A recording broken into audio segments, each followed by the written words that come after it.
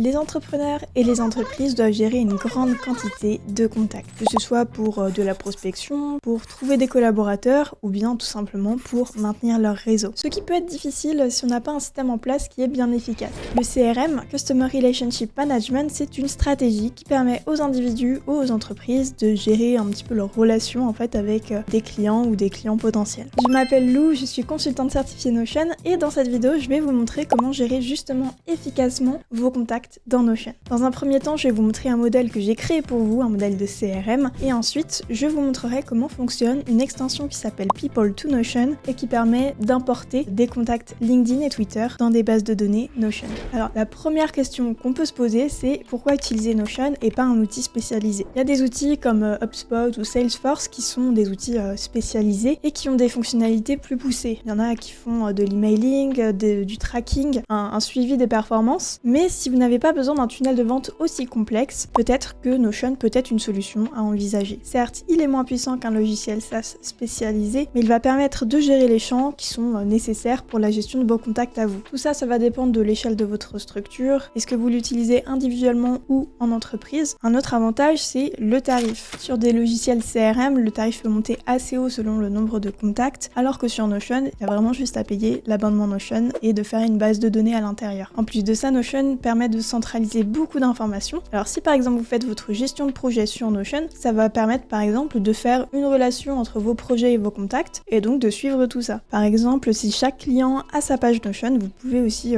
prendre des notes à chaque fois que vous avez une interaction avec. Et puis il faut le dire, Notion est un outil super flexible, donc vous allez pouvoir configurer vraiment votre interface à vos besoins. En créant des vues personnalisées, vos bases de données avec vos propres champs, vous en ferez vraiment ce que vous voulez. Bon, j'espère vous avoir convaincu. On se trouve maintenant sur le modèle de CRM que j'ai créé. Donc, je vais vous expliquer comment il fonctionne et comment optimiser son utilisation. Si ça vous intéresse de le télécharger, j'ai mis le lien de ma page Gumroad en description. Le modèle est gratuit, donc vous pouvez aller le récupérer pour l'utiliser dès maintenant. Enfin, je dis dès maintenant, mais regardez quand même la présentation, c'est pas mal.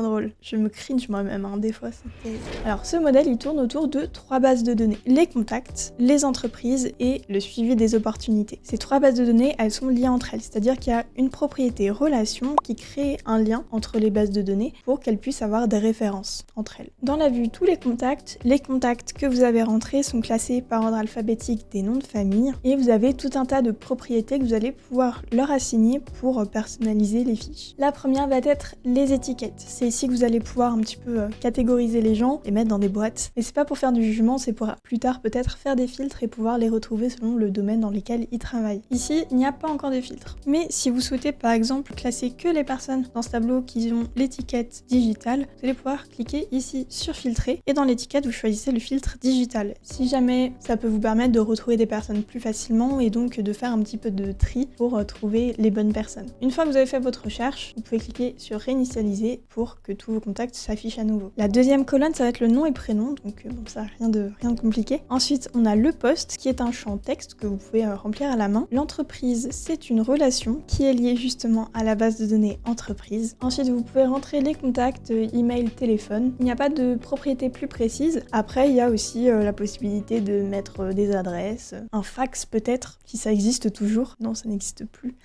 Et vous pouvez aussi rentrer la date de dernier contact. Et ça va être utile parce que ça vous permet de savoir si votre relation avec la personne est quand même entretenue. Ce qui est important quand on cherche à maintenir un réseau, puisque c'est beaucoup de relations humaines. Dans la dernière colonne, c'est une formule en fait qui va calculer automatiquement depuis combien de temps vous avez eu le dernier contact. Ici pour Michel Dupont, on voit que bon, ça fait 8 mois qu'on n'a pas eu de contact avec lui, faudrait peut-être prendre de ses nouvelles. Donc ici, c'était vraiment toutes les personnes, tous nos contacts qu'on va rentrer dans cette base de données. Et dans la deuxième vue, il y a les entreprises auxquelles elles appartiennent. De base, sur cette vue galerie, on voit le nom, le site web et le nombre d'opportunités qu'on a conclues avec l'entreprise. Et si on clique dessus, on va avoir plusieurs autres informations qui s'affichent. Notamment ici dans la section de page, il y a tous les contacts de l'entreprise que j'ai rentrés dans la vue des contacts qui s'affichent ici parce que c'est une relation, donc c'est une propriété dynamique qui se synchronise des deux côtés. Idem pour les opportunités, depuis cette vue, je peux voir le nom, le montant et l'état que je vais vous montrer juste après. Ça permet d'avoir une vue synthétique sur l'entreprise et de retrouver facilement les les contacts qui sont liés à elle. Dans les propriétés, on peut aussi voir le nombre d'opportunités qui ont été conclues, donc qui sont signées avec eux. Avec une agrégation, ça calcule également le montant de ces opportunités qui ont été rentrées dans le tableau. Comme je vous le disais, c'est une relation, donc ça va être dynamique. Si par exemple demain, moi j'arrête de travailler pour moi en freelance et que je travaille chez Notion, si je clique ici sur Notion dans mes entreprises, ensuite quand je retourne sur Notion, eh bien je vais apparaître ici dans les contacts. La troisième vue, ça va donc être les opportunités. Cette base de données, elle est sous vue de Kanban, c'est-à-dire que tous les items qui se trouvent dans les colonnes, je peux les drag and drop en fonction de leur état. Donc par exemple ici, si ma nouvelle opportunité, j'ai envoyé l'offre et que du coup elle est en attente, je peux aller le drag and drop ici et le mettre dans mes offres envoyées. À côté de chaque titre d'état, il y a aussi les montants qui sont calculés. Donc si ici en effet j'ai ces deux opportunités là, ça va se mettre à jour et on va me dire que j'ai 3500 € d'offres envoyées qui sont encore en attente. Cette vue est très pratique, elle permet d'avoir une vue assez synthétique et bien visuelle de savoir où en sont les différentes opportunités. À l'intérieur de chacune, donc j'ai mes 5 états, je vais pouvoir assigner aussi une entreprise, un contact, et si mon contact a une adresse mail qui est renseignée à l'intérieur de sa fiche contact à lui, avec une agrégation, ça va ramener l'information à mon opportunité. Et enfin, j'ai le montant que je vais rentrer à la main et qui va se mettre en euros. Dans chacune des pages d'opportunité, ensuite je peux aller mettre des notes, uploader un devis, bref, mettre toutes les informations dont je pourrais avoir besoin. En plus, c'est un modèle de page par défaut, donc si je crée une nouvelle opportunité, eh bien, il va s'assigner de base à cette nouvelle page. Donc voilà comment s'organise le modèle. C'est assez simple, il faut juste bien penser, dès qu'on remplit un contact ou une entreprise, à bien rajouter les relations pour que tout s'affiche dynamiquement et que le modèle soit bien efficace. En plus, récemment, Notion a sorti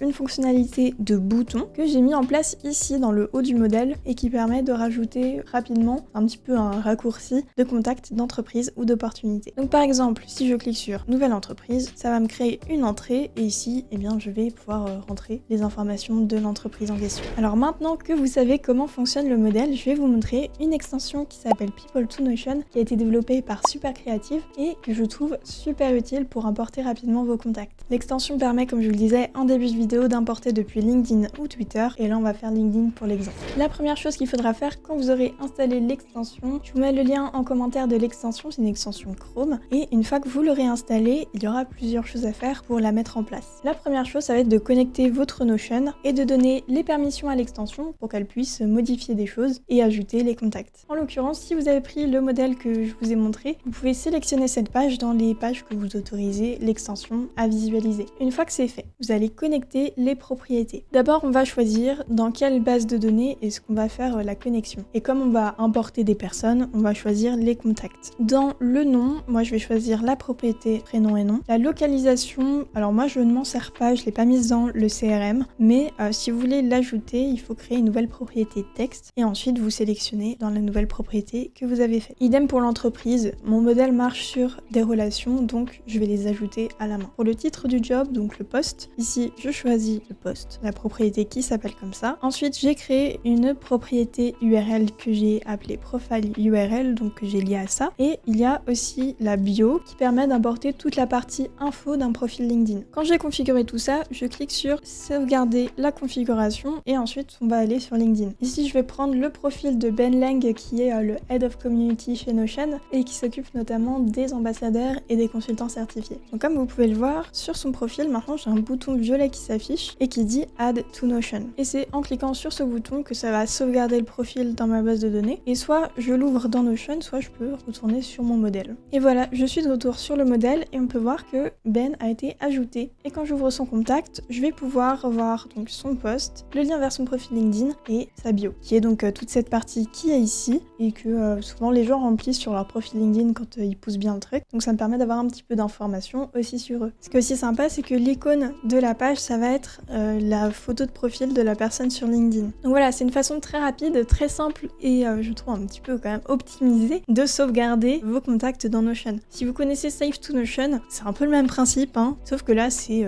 pour des gens. Et puisque là Ben, je lui ai assigné Notion comme entreprise, et bien dans ma page de l'entreprise Notion, ça y est, il va s'afficher avec ses collègues. Et voilà, c'est la fin de cette présentation du modèle et de l'extension. J'espère que ces ressources vous seront utiles. Comme je vous le disais, les deux liens sont en bio, le modèle est gratuit et People to Notion aussi. Donc vraiment, vous n'avez aucune raison de ne pas les utiliser. Dites-moi en commentaire si vous avez téléchargé le modèle et que vous l'utilisez, et mettez un like si vous avez avez appris quelque chose aujourd'hui sur Notion. On se retrouve très vite pour d'autres vidéos, toujours sur Notion, et bientôt je vais vous parler de mes outils de productivité, où je vais élargir un petit peu les sujets de la chaîne. C'est parti, on va essayer de nouvelles choses. À bientôt!